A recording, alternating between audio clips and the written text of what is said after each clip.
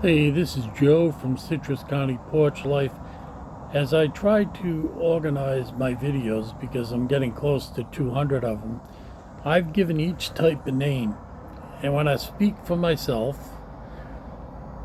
one man's voice, I'm going to call it Voxunius. And that means the voice of one man.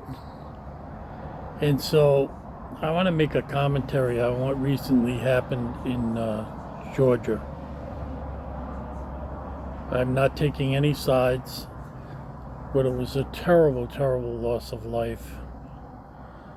I was in grammar school from 1955 through 1963, and then in high school from 1963 through 1967. All my time in grammar school, the thought never entered my head. I was never told by my parents or teachers to watch out, that we had to protect ourselves from shooting. I never heard of one. We were free to go. The only thing that happened to me when I was in grammar school, I think it was 1959 in Chicago, there was a fire in a Catholic school. I think it was the School of the Holy Angels in Chicago, and 100 children and their teachers died in the fire, or maybe more. And that had repercussions in Rhode Island. We had to take all kind of different fire drills. We had regular fire drills, but it was just all the doors were open, nothing was blocked. And I guess the fire authority said that wasn't sufficient. That they had to train the kids on alternate routes of getting out in case something was blocked, because I guess in Chicago some doors were locked and kids didn't know where to go. So they started doing that. They would throw up a blockade and a stairway, and we had to find an alternate way of getting out of the building. And we had those after it happened. I think it was 1959. After that happened, we had regular, very intense fire drills. Everybody was accounted for, and it was such a horrible event. I didn't have much understanding of the world in 1959, but I knew that was bad. That was bad. My mother cried, my father cried at the loss of all those young kids and the teachers, the poor nuns trying to save them. And so that was the big scary thing for me in grammar school. No one ever talked about guns. They weren't around that I remember. And I did not come from very good neighborhoods. I came from poor neighborhoods, very poor, lived in tenement housing, had a big family, and we just never heard of it. People, I don't know, something has changed since that time. So then I went to high school in 1963 through 67. I graduated in 1967.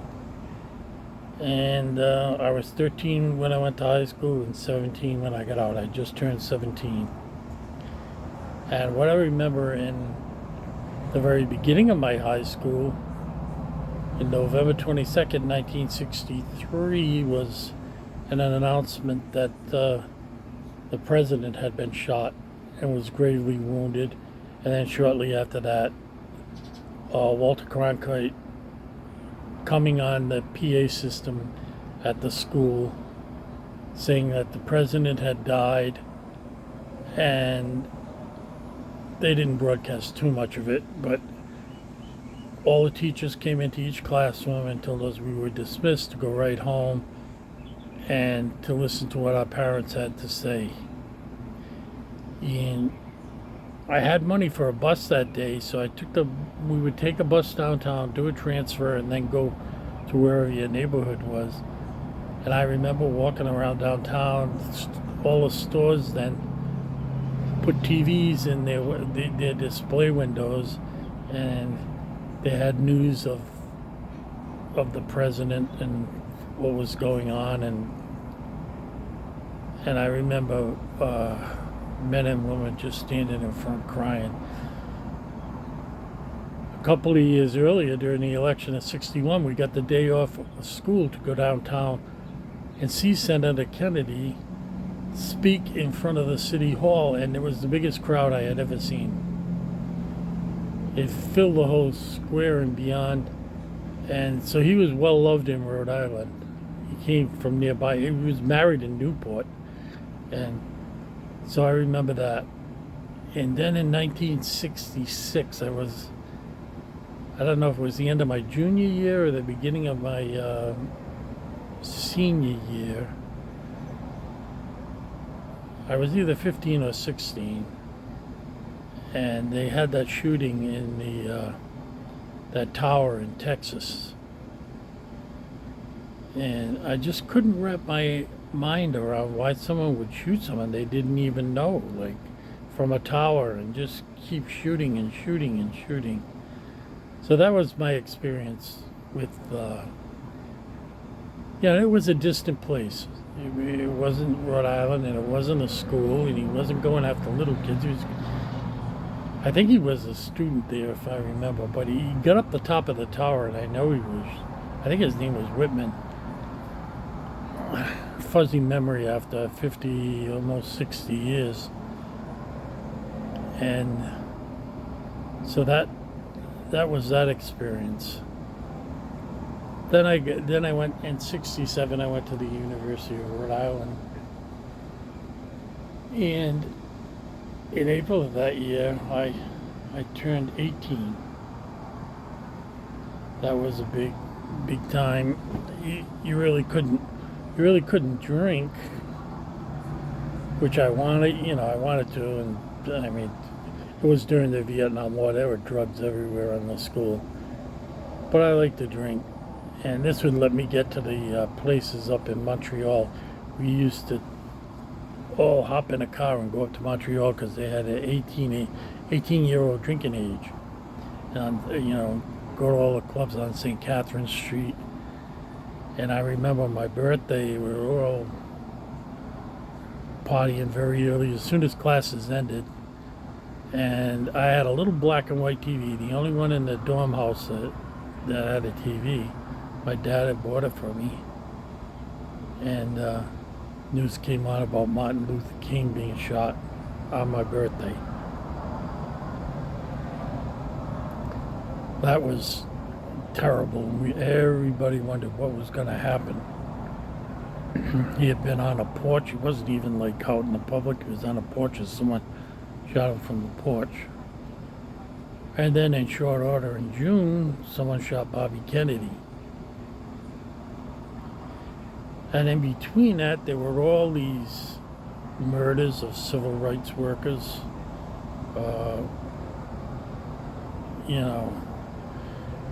So there were a lot of assassinations, and there were a lot of, the bad news from the Vietnam War. Constant deaths. I knew so many people that died. One very, very good friend he was in age group swimming with me. His name was John Kennezet, and he died. So it definitely was a different time. We didn't have the instant communications that we have today. You had to wait on TV there wasn't any 24-hour news channels that I knew of, not in Rhode Island. It may have been in New York where you had early versions of cable, but we didn't have cable in Rhode Island. It was all broadcast TV. You had your antenna, and stuff went off at 12 o'clock. It wasn't round-the-clock news. It would stay if there was a breaking story like the assassination of Kennedy, then it would be on. But normally 12 o'clock, after the news, you get the Pledge of Allegiance, then that television screen would go up that meant that they're going to shut off shortly. And it was a different world. And now we just, in this world of instant communications, people seem very much more separated, lonely. A 14-year-old kid killing 4 human beings. I saw him in court today. And he looked like a baby. I'm 74, and so he's 60 years younger than me. But I'd get mad at people. I never once ever thought of that.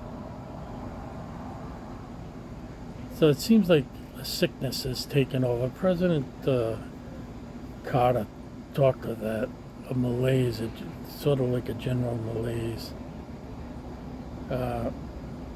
Whether or not you're biblical, we believe that the world is sick and getting sicker every day. You may not ascribe to that. And it's just awful. It's terrible.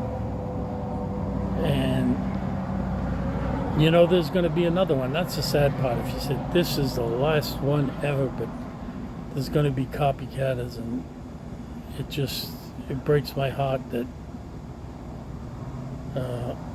this had to happen. People lost their lives. And when they brought the kid in, the judge explaining his charges and said you can get up to death. And then they all went out, and then the judge called them all in. He had made a mistake. If you are under 18 and tried as an adult, you cannot get the death penalty. So he had to explain that, because that would have been grounds for a mistrial had he not corrected himself. He is not up for the death penalty, but definitely is up for life without parole. So I pray for those families. That's all we can do with the way the Supreme Court has interpreted gun rules. All we can do is pray for them and hope that it never happens again. But my experience tells me that it will. They're soft targets. Hospitals are soft targets. Schools are soft targets. Theaters are soft targets. And so I think there'll be more. And it feels that I'm so powerless when all I can say is, I'm so sorry for your loss, and I hope you get some closure. They'll never have closure. My older brother died, not in a shooting accident. He died in a drowning accident on my first birthday. And my parents never, ever got over that. Never. They had, 9 more kids, but it didn't make any difference. He was the oldest. And they never took it, they gave us all their love, but there was still that big hole in their heart when my brother died. And so I know there's no closure. There was never. The very last thing my mother said to me before she died, I was going in the hospital for an operation, so I saw her, and then I said, well, I'll see you after 3 days. She told me she wasn't going to eat. She knew the end was near. And she said she wanted to see my brother after all these years. So she carried that burden. That was 2013. So for 60-some years, that's all she thought of every day. She wondered how her son was doing. Did he suffer when he died? And I imagine these parents are going to go through that all their lives too. So I pray for them, and I wish them peace. And that's all we can do. So, as it says in the title on this little vlog, Voxunius, the voice of one man, and that's just my voice speaking out on this issue. God bless, stay safe.